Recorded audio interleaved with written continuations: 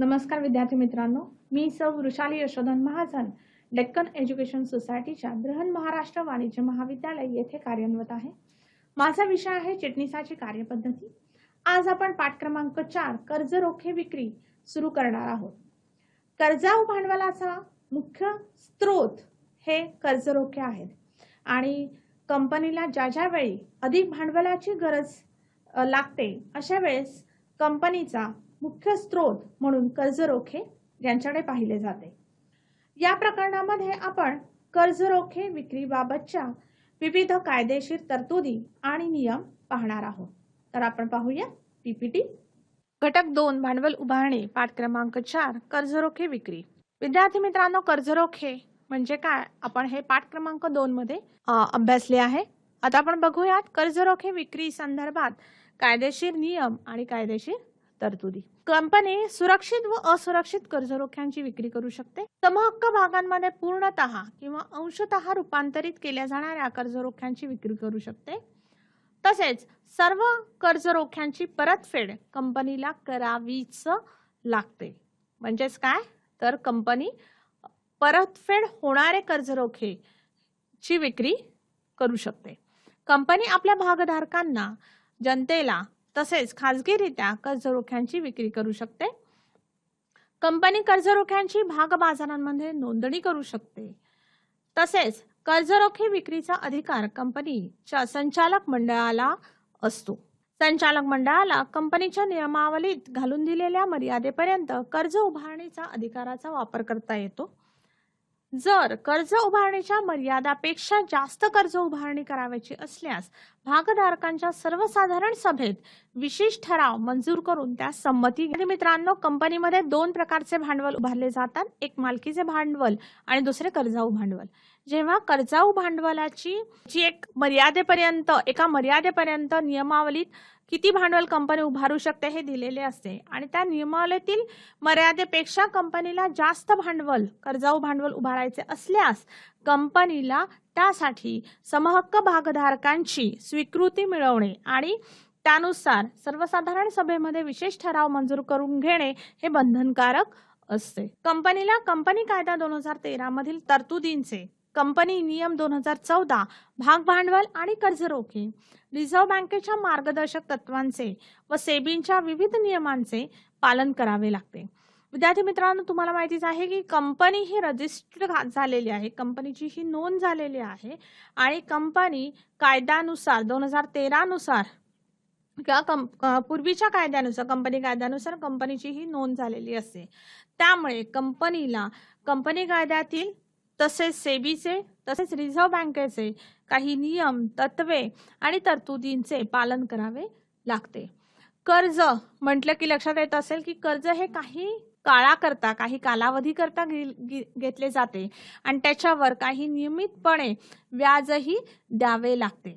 त्यामुळेच या तरतुदींचे, या नियमांचे हे कंपनीने पालन केले पाहिजे. विद्यार्थी मित्रांनो, आता तुम्ही बघणार आहात तक्ता. यामध्ये डावीकडे तुम्ही बघता की कायदा, नियम आणि मार्गदर्शन आणि उजवीकडे त्यातील तरतुदी. प्रथम आहे कंपनी कायदा 2013 कलम 71 आणि त्याची तरतूद आहे कर्ज रोखे विक्रीच्या अटी. म्हणजेच कर्ज रोखे विक्रीच्या वेळेस काही अटी आहेत आणि त्या अटींचे पालन हे कंपनी कायदा 2013 कलम 71 नुसार कंपनीने करायचे आहे. दुसरा आहे कंपनी भाग भांडवल आणि कर्ज रोखे नियम 2014 आणि नियम 2018. यामध्ये दिलेले आहेत तरतुदी सुरक्षित कर्ज रोखे विक्रीच्या तरतुदी.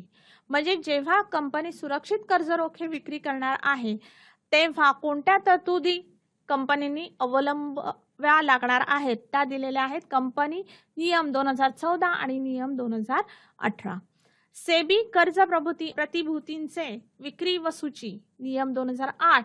म्हणजेच काय तर जे कर्ज रोखे परिवर्तनीय नाहीत, ज्यांचे समहक्क भागांमध्ये पूर्ण परिवर्तन किंवा अंशतः परिवर्तन केले जाऊ शकत नाही, अशा कर्ज रोख्यांची विक्री व सूचीबद्ध करण्याच्या तरतुदींचा समावेश या नियमात आहे. तसेच जनतेची मागणी, खाजगी प्लेसमेंट आणि कर्ज रोखे सूचीबद्ध केलेले असतील तर या तरतुदी लागू होतात. समहक्क भागांची जनतेला विक्री करताना या तरतुदींचे पालन करावे लागते. कर्ज रोखी संबंधीचे नियम पुढील नियम आहे सेबी भांडवल विक्री आणि प्रकटीकरण आवश्यकता नियम 2009. ज्या सूचीबद्ध किंवा असूचीबद्ध कर्जरोख्यांचे समहक्क भागांमध्ये पूर्णतः किंवा अंशतः परिवर्तन होते अशा कर्जरोख्यांच्या विक्रीबाबतच्या तरतुदी, या तरतुदीनुसार कंपनीला समहक्क भागांना लागू होणाऱ्या नियमांचे पालन करावे लागते. म्हणजेच काय तर विद्यार्थी मित्रांनो की ज्या कर्जरोख्यांचे पूर्णतः किंवा अंशतः परिवर्तन होते, परिवर्तन कशामध्ये होते तर समहक्क भागांमध्ये, तर अशा वेळी जेव्हा परिवर्तन होते तेव्हा त्यांना कोणत्या तरतुदींचे किंवा कोणत्या नियमांचे पालन कंपनीला करावे लागते ते सेबी नियम 2009 याप्रमाणे करावे लागते. पुढचा आहे सेबी सूचीबद्ध कंपन्यांच्या जबाबदाऱ्या आणि प्रकटीकरण आवश्यकता नियम 2015. अपरिवर्तनीय कर्जरोख्यांची विक्री करणाऱ्या घोषित केलेल्या सूचीबद्ध कंपन्या, अपरिवर्तनीय म्हणजेच काय की ज्यांचे परिवर्तन समहक्क भागांमध्ये होत नाही त्यांनाच म्हणतात अपरिवर्तनीय कर्जरोखे. नित्य कर्जाची साधने IDRS इत्यादी बाबतच्या पूर्तता सूचीबद्धतेच्या कंपनीला पूर्ण कराव्या लागणाऱ्या अटी.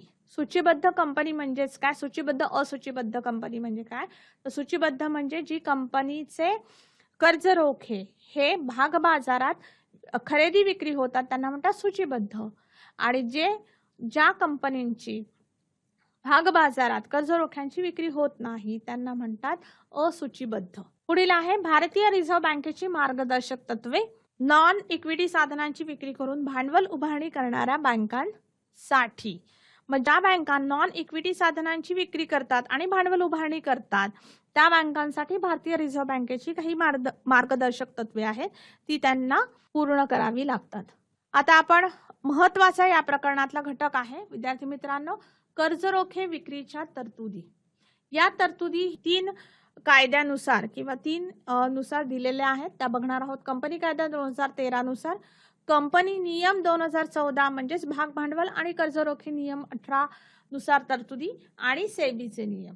म्हणजेच काय विद्यार्थी मित्रांनो तो कंपनी जेव्हा जेव्हा कर्जरोखे विक्री करणार आहे तेव्हा आतापर्यंत आपण बघितलं होतं की तरतुदी या कंपनी कायदा 2000 नुसारच कराव्या लागतात, पण आता आपण बघणार आहोत कंपनी कायद्यानुसारच्या तरतुदी कंपनीनी पूर्ण करायला पाहिजेत.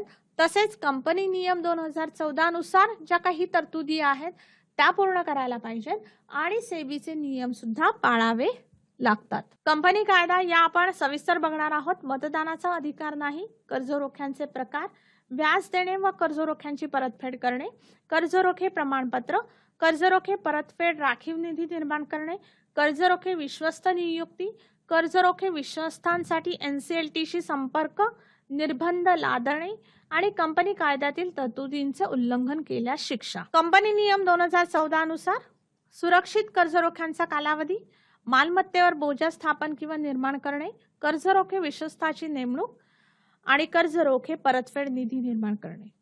सेबीचे नियम किमान अभिदान, जास्त मागणी राखून ठेवणे, हमीदार आणि पतश्रेणी. विद्यार्थी मित्रांनो तुम्हाला हा तक्ता लक्षात ठेवायचा आहे. का लक्षात ठेवायचा आहे तर जर तरतुदी कोणत्या आल्या, उदाहरणार्थ टिपालेहामध्ये किंवा एखादा लघुत्तम प्रश्नामध्ये जर तरतुदी आल्या तर उदाहरणार्थ कंपनी नियम 2014च्या तरतुदी, कारण की इथे फक्त 4च तरतुदी आहेत. सेबीचे नियम इथे सुद्धा 4च तरतुदी आहेत, किंवा असा पण प्रश्न येऊ शकतो की कोणत्याही 4 तरतुदी कंपनी कायद्यानुसार कर्जरोखे विक्रीच्या आहेत, हा सुद्धा प्रश्न येऊ शकतो. त्यामुळे हा जेव्हा तुम्ही तक्ता लक्षात ठेवाल ते तुम्हाला सोपं जाईल की कंपनी कायद्यानुसार कोणत्या तरतुदी आहेत, कंपनी नियमानुसार कोणत्या तरतुदी आहेत आणि सेबीचे नियम कोणते आहेत. तर यामध्ये काही तरतुदी या सारख्या आहेत, फक्त ही तरतूद आहे उदाहरणार्थ विश्वस्तांची नेमणूक. तर कंपनी कायद्यानुसार सुद्धा क्रमांक 6 तुम्ही बघितला तर कर्जरोखे विश्वस्तांची नियुक्ती केली जाते. मग तिथे हा वेगळा मुद्दा आहे. कर्जरोखे विश्वस्तांची नेमणूक हा कंपनी नियम 2014 मध्ये त्याच्यामध्ये तरतूद वेगळी दिलेली आहे, आणि सेबीच्या नियमामध्ये अभिदान, हमीदार आणि पतश्रेणी आणि जास्त मागणी राखून ठेवणे याबद्दल तरतुदी दिल्या आहेत. अशा प्रकारे तुम्ही लक्षात ठेवायचं आहे की कुठल्या तरतुदी या नियम 2014, कायदा 2013 आणि सेबीचे नियमामध्ये दिलेले आहे. इथे कुठलाही तुम्ही कुठलंही कन्फ्युजन ठेवू नका. खूप सोपं आहे हे लक्षात ठेवायला. जर तुम्हाला ती तरतूद कळाली तर तुम्हाला हे लक्षात ठेवणं सोपं आहे. तुम्ही कंपनी नियम आणि सेबीचे नियम हे लक्षात ठेवलं तर आपोआप तुम्हाला कंपनी कायदा 2013 लक्षात ठेवायला सोपा जाणार आहे. तर आपण सविस्तरपणे बघणार आहोत कंपनी कायदा 2013 नुसार कर्जरोखे विक्रीच्या तरतुदी. पहिला आहे मतदानाचा अधिकार नाही. म्हणजेच काय विद्यार्थी मित्रांनो, तर मतदानाचा अधिकार कोणाला दिला जातो तर समहक्क भागधारकांना. कर्जरोखेत भागधारकांना मतदानाचा अधिकार असणार आहे का? नाही. म्हणूनच इथे कंपनी कर्जरोखे मतदानाचा अधिकार असलेले कर्जरोखे हे विकू शकत नाही. काही परिणाम करणाऱ्या गोष्टी वगळता कर्जरोखे धारकांना मतदानाचे कोणतेही अधिकार नसतात. म्हणजेच काय तर कंपनी मतदानाचे अधिकार असणारे कर्जरोखे विकू शकत नाही. दुसरा आहे कर्जरोख्यांचे प्रकार. कुठल्या प्रकारचे कर्जरोखे कंपनी विकू शकते. आपण विक्रीच्या तरतुदी बघणार आहोत. म्हणून विक्री करतानाच कंपनी काय काय करणार आहे हे बघतोय. तर सुरक्षित कर्जरोखे विकू शकते, असुरक्षित कर्जरोखे, पूर्णतः किंवा अंशतः रूपांतरीय कर्जरोखे विकू शकते, अरूपांतरीय कर्जरोखे विकू शकते. पण जेव्हा कंपनी रूपांतरीय म्हणजे परिवर्तनीय कर्जरोखे विकते तेव्हा कंपनी विशेष ठराव सर्वसाधारण सभेमध्ये कंपनीला विशेष ठराव करून कंपनीला भागधारकांची संमती घ्यावी लागते. आणि महत्वाचं म्हणजे सर्व कर्जरोख्यांची ही परतफेड कंपनीला करावीच लागते. म्हणजेच काय विद्यार्थी मित्रांनो, तर परतफेड होणारे कर्जरोखे कंपनीने विकू शकते. न परतफेड होणारे कर्जरोखे कंपनी विकू शकत नाही. हे लक्षात ठेवायचंय की परतफेड होणारेच कर्जरोखे कंपनी विकू शकते. तिसरा आहे व्याज देणे आणि कर्जरोख्यांची परतफेड करणे. विद्यार्थी मित्रांनो, तुम्हाला माहिती आहे की कंपनी कर्जरोखे म्हणजेच काय, कर्जाऊ भांडवल उभारणी करत आहे. त्यामुळे नक्कीच त्याच्यावर व्याज देणे बंधनकारक आहे, त्यांची परतफेड करणं बंधनकारक आहे. तर ती कशा प्रकारे होते तर कर्जरोख्यांच्या विक्री करतानाच्या अटीनुसार. जेव्हा कंपनी कर्जरोखे विक्री करते तेव्हाच कंपनी त्याच्या अटी नमूद करते आणि त्या अटीनुसारच कंपनीला त्यावर व्याज देणे आणि त्याची परतफेड करणे हे बंधनकारक आहे. पुढील आहे कर्जरोखे प्रमाणपत्र, की जसं कंपनी भागधारकांना भाग प्रमाणपत्र देते. मागील प्रकरणात आपण बघितलं होतं की भाग प्रमाणपत्र काय आणि त्यातील मुद्दे त्याची सगळी सविस्तर आपण चर्चा केली होती. तसेच आता कर्जरोखे प्रमाणपत्र हे कर्जरोख्यांना देणे बंधनकारक असते. ते कधी दिले जाते तर कर्जरोख्यांचे वाटप केल्यापासून 6 महिन्याच्या आत कंपनीने कर्जरोखे प्रमाणपत्र कर्जरोखे धारकांना देणे बंधनकारक आहे. कारण की हा सुद्धा एक दस्तावेज कंपनी देत असते. आणि हे का दिले जाते तर कर्जरोख्यांनी किती रक्कम कंपनीमध्ये गुंतवली आहे, कोणते कर्जरोख्यांची विक्री झालेली आहे, त्याची रक्कम काय आहे, त्याची तारीख काय आहे, कोणत्या कर्जरोख्यांचे नाव काय आहे, हे सगळे त्या प्रमाणपत्रात नमूद केलेले असते. म्हणूनच ते प्रमाणपत्र म्हणजेच हा तो पुरावा असतो की एवढी कर्ज कंपनीने घेतले आहे.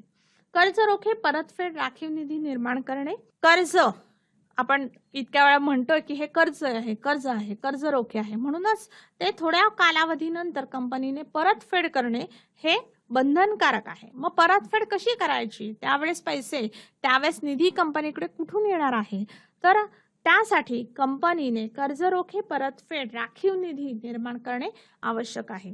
या निधीमधून फक्त कर्जरोख्यांचेच भांडवलाची परतफेड केली जाते. त्याचा उपयोग फक्त कर्जरोख्यांची परतफेड करण्यासाठीच होतो. लाभांशाची रक्कम देण्यासाठी उपलब्ध असलेल्या नफ्यातून कंपनीला परतफेड राखीव निधी निर्माण करावा लागतो.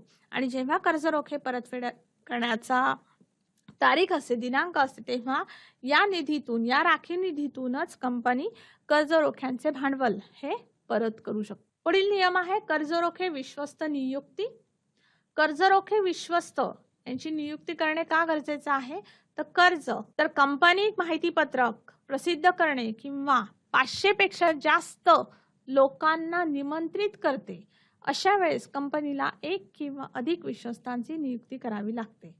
विश्वस्त नियुक्ती कधी करते कंपनी माहितीपत्रक प्रसिद्ध करते. माहितीपत्रक कधी प्रसिद्ध करते? तर जेव्हा कंपनी सार्वजनिक विक्री करते.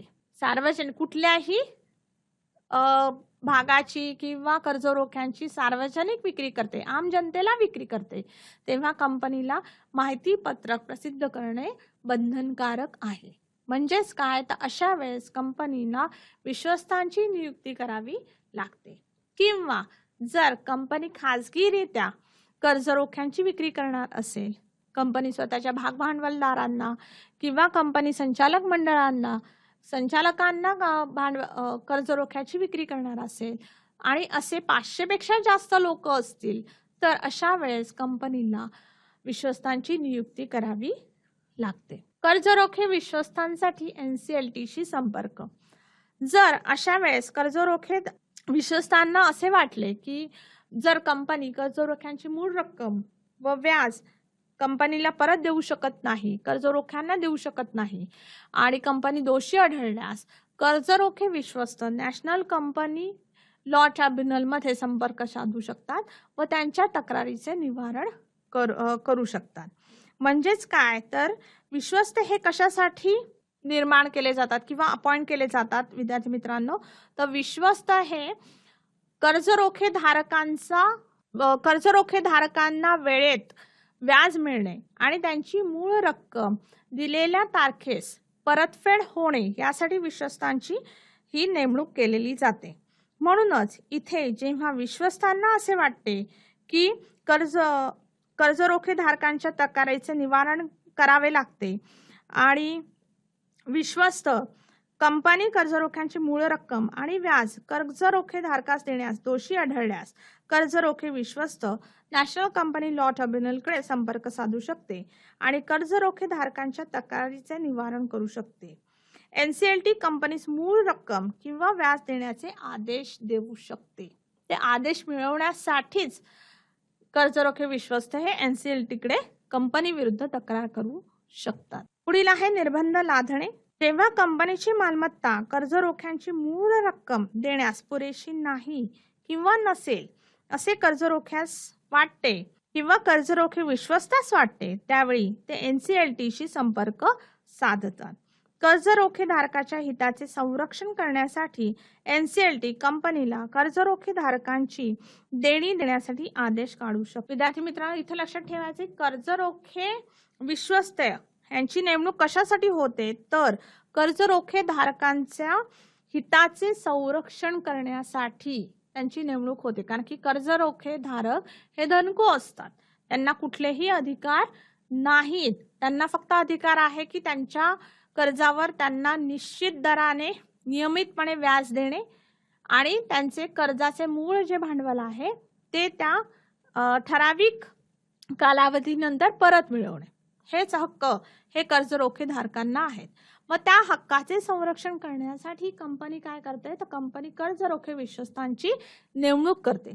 त्यामुळे जेव्हा कंपनीची मालमत्ता कर्जरोख्यांची मूळ रक्कम देण्यास पुरेशी नाही किंवा नसेल असे जेव्हा विश्वस्तांना वाटते, तेव्हा हे विश्वस्त NCLT कडे संपर्क साधतात आणि अशा वेळेस NCLT कंपनीला आदेश देऊ शकते की जे काही भांडवल आहे ते कर्जरोख्यांना द्यावे.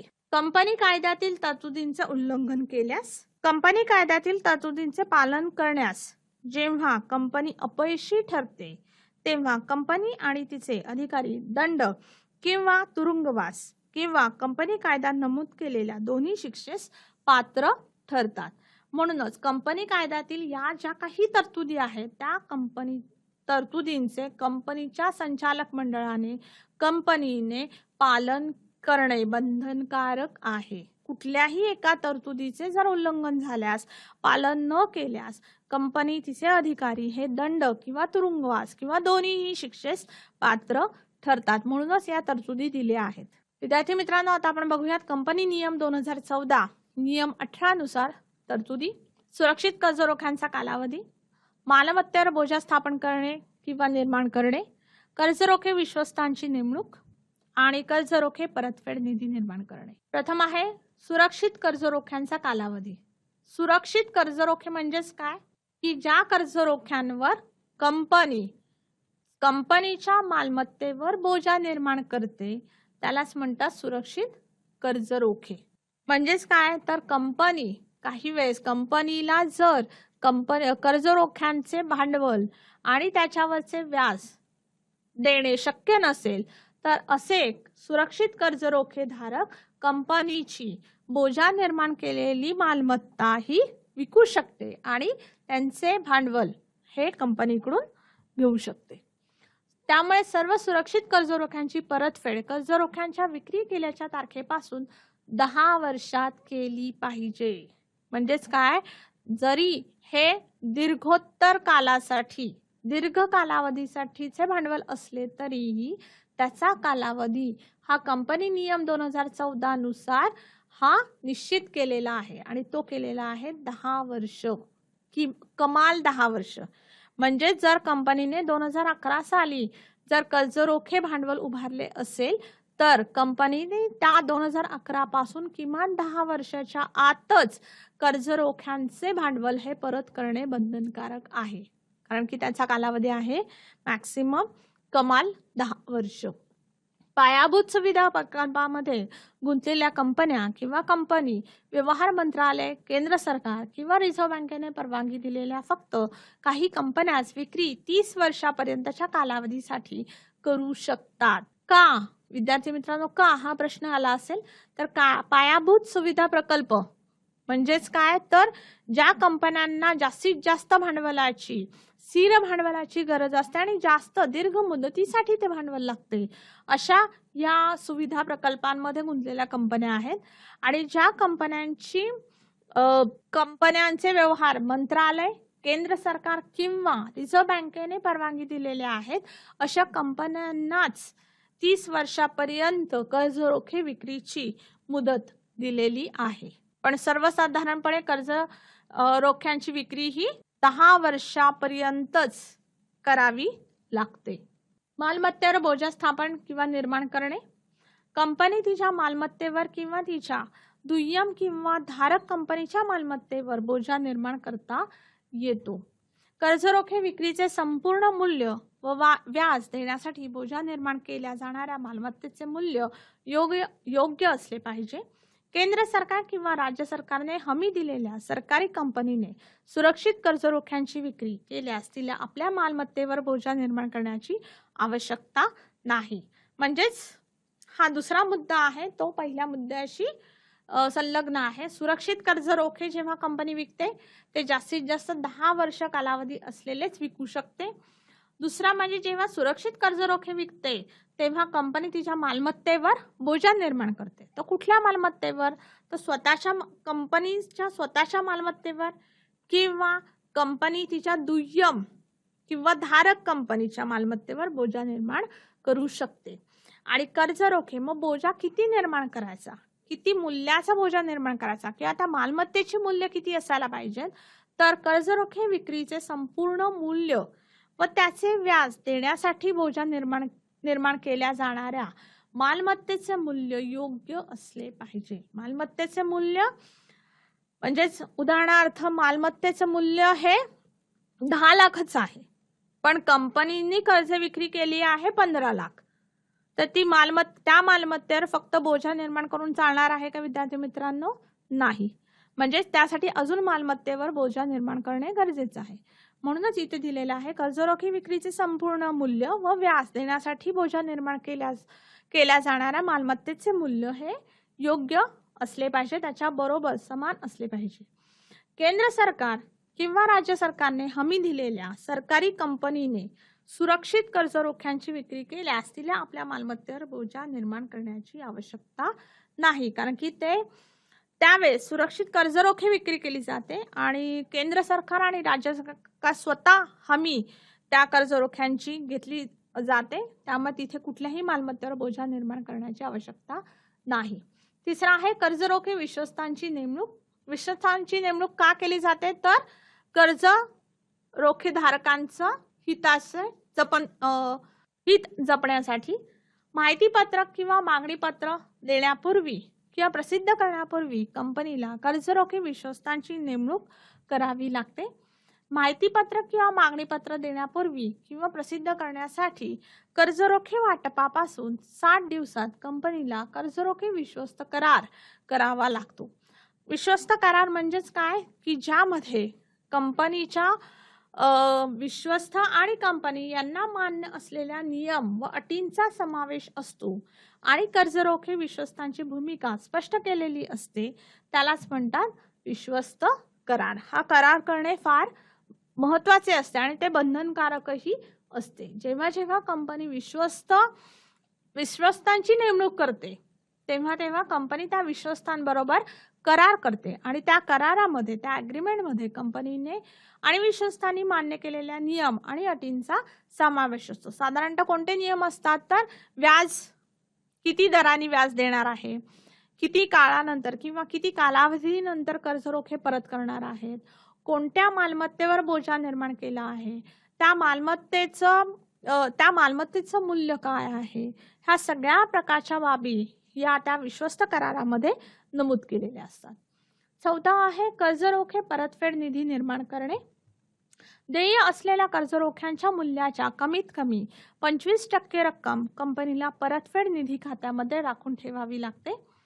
पुढील वर्षी 31 मार्चला ज्या गुंतवणूकदारांची किंवा कर्जरोखेधारकांची परतफेड करावयाची असते त्यासाठी कंपनीने प्रत्येक वर्षी 30 एप्रिलला कमीत कमी 15% रक्कम गुंतवणूक किंवा ठेवी स्वरूपात ठेवावी. अशी रक्कम फक्त कर्जरोखे परतफेडीसाठीच वापरली जाते. म्हणजेच काय तर कर्जरोखे परतफेड निधी निर्माण करणे कंपनी कायदा 2013 मध्ये तरतूद आहेच आणि त्या तरतुदीचे पालन कंपनीने कशा प्रकारे करायचे हे कंपनी नियम 2014 मध्ये दिलेले आहे. विद्यार्थी मित्रांनो, अशा प्रकारे तुम्ही लक्षात ठेवायचं आहे. निधी निर्माण करणे बंधनकारक आहे, कंपनी कायद्यामध्ये दिलेले आहे, पण कशा प्रकारे तो निधी तयार करायचा आहे, निर्माण करायचा आहे, किती रक्कम त्या निधीमध्ये जमा करायची आहे, हे सगळं कंपनी नियम 2014 मध्ये दिले आहे. म्हणजेच इथे देय असलेले कर्जरोखे मूल्याच्या कमीत कमी 25% रक्कम ही कंपनीला परतफेड निधीमध्ये राखून ठेवावी लागते. जर कंपनीने 10 लाखाचे कर्जरोखे विकले तर 10 लाखाच्या 25% म्हणजे 2.5 लाख ही या निधीमध्ये असायला पाहिजे.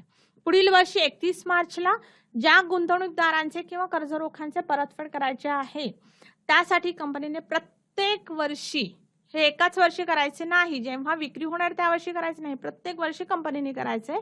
तर प्रत्येक वर्षी 30 एप्रिलला कमीत कमी 15% रक्कम गुंतवणूक किंवा ठेवी स्वरूपात कंपनीने या खात्यामध्ये ठेवायची आहे आणि हा निधी फक्त परतफेडीसाठीच वापरला गेला पाहिजे.